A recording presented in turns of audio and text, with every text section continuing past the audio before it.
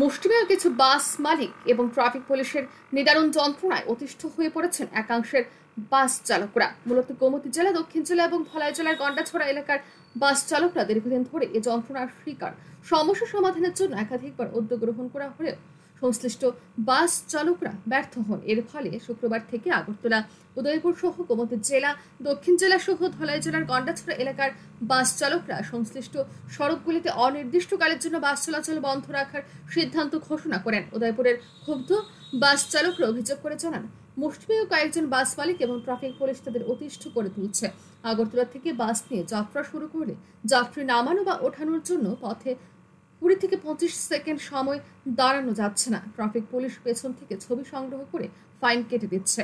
Traffic পুলিশকে fine দিয়ে বাস চালকদের ভাড়া দেওয়ার মতো সংশ্লিষ্ট চালকদের হাতে কিছুই থাকছে না। দীর্ঘদিন ধরে এই অবস্থা চলে আসছে বলে জানান তিনি। অপর এক ক্ষুব্ধ বাস চালক জানান, ট্রাফিক ফাইন দিয়ে মালিকের ভাড়ার টাকা দিয়ে নিজেদের সংসার চালানোর মতো অর্থ তাদের থাকছে না। দীর্ঘদিন ধরে চলতে থাকা এই অব্যবস্থা অবিলম্বে বন্ধ হওয়া দরকার। এ দাবিতেই তারা অনির্দিষ্টকালের জন্য বাস না চালানোর সিদ্ধান্ত নিয়েছেন। যতনবাড়ি, উদয়পুর, অমরপুর, গন্ডাছড়া, রসিয়াবাড়ি সব জায়গার গাড়ি আমরা বন্ধ রেখেছি। কারণ দিনের পর দিন আমরা কত আর এইভাবে লাঞ্ছিত হবো তাদের 4-5 জনের জন্য। আর আমরা যদি ওই জায়গায় 20-25 সেকেন্ড লেট করি, লগে লগে ট্রাফিক গাড়ির পিছনে নাম্বার প্লেট আছে, ওই জায়গায় ছবি উঠে 500 টাকা, 1000 টাকা, 2000 টাকা করে ফাইন করে দেয়। যার কারণে আমাদের গাড়িগুলো ফিটনেস করতে গেলে প্রত্যেক বছর 25,000-30,000 টাকা করে ফাইন দিয়ে আসতে হয়।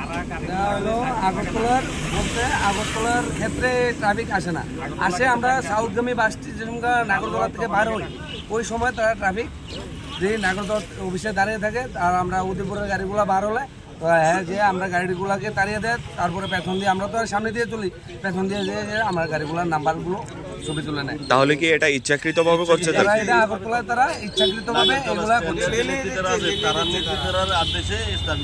তারপরে আবার আমাদের একটা শ্রমিক কালকে গেল। এদিকে সংশ্লিষ্ট সড়কগুলিতে হঠাৎ করে বাস পরিষেবা বন্ধ হয়ে পড়ায় চূড়ান্ত অসুবিধার সম্মুখীন হন নিত্যযাত্রীরা। শরৎ উৎসবের আগে ক্ষুব্ধ বাস চালকদের এই সিদ্ধান্ত সংশ্লিষ্ট সড়কগুলিতে যাত্রী পরিষেবায় ব্যাপক প্রভাব ফেলবে বলে অভিমত বিভিন্ন মহলের। Report RE news.